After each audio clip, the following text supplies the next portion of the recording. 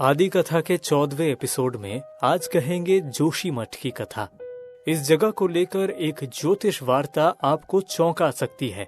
क्या थी वो गणना और किसने की थी ये गणना? एक ऐसी गणना जो आज के दिन सच हो रही है। आज के पर्व में हम इन सवालों के जवाब ढूंढेंगे। हमारे आदि कथा के पर्व अगर आपको पसंद आए तो सब्सक्राइब जरूर करना। भारत के उत्तराखंड में है चमोली जिला और वहीं पे स्थित है जोशी मठ। कई लोग इसे ज्योतिर्मठ के नाम से भी जानते हैं। आदि शंकराचार्य के ज्ञान से उत्पन्न हुई 4 पीठों की एक पीठ है ये। समुद्र स्तर से लगभग 6150 फीट की ऊंचाई पर है जोशी मठ। बद्रीनाथ की तरह कई तीर्थ स्थानों का प्रवेश द्वार है ये।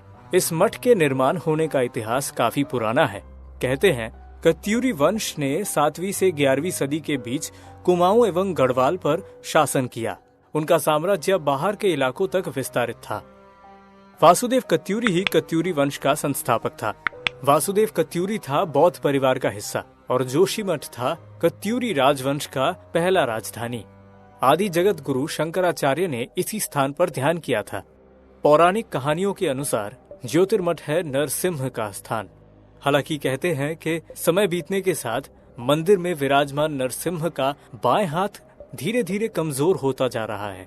इस बारे में स्थानीय लोगों का कहना है कि अतीत में वासुदेव थे नरसिंह के भक्त।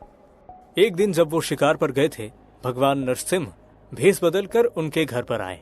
उनकी पत्नी ने उनके लिए खाना परोसा और देवता खाना खाकर विश्राम करने गए। राजा शिकार से लौटकर देखते हैं कि एक व्यक्ति उनके बिस्तर पर सोए हुए हैं। ये देखकर वो क्रोधित हुए और अपनी तलवार से उस व्यक्ति का बाएं हाथ उन्होंने काट दिया, पर उनके हाथ से खून नहीं, दूध निकलने लगा। ये देखकर राजा को पता चला कि ये कोई साधारण इंसान नहीं है। राजा ईश्वर से माफी मांगते हैं।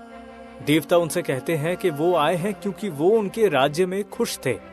लेकिन इस घटना के बाद वो राजा को श्राप देते हैं कि वो दूसरी जगह चले जाएं। और इसी दुर्घटना के कारण मंदिर में विराजमान नरसिंह के मूर्ति का बाएं हाथ धीरे धीरे कमजोर होता जाएगा और एक समय के बाद वो हाथ टूटकर गिर जाएगा और तभी बद्रीनाथ अदृश्य हो जाएगा और कोई भयानक दैवीय आपदा भी आ सकती है।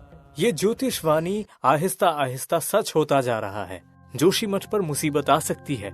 धीरे धीरे देवता का बायां हाथ कमजोर होता जा रहा है।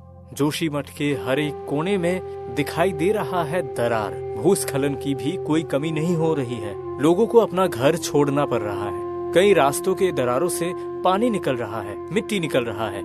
ये दरारें बढ़ते ही जा रहे हैं। स्थानीय लोग भी चिंतित हो रहे हैं। सभी बहुत परेशान हैं। आखिर क्या होगा?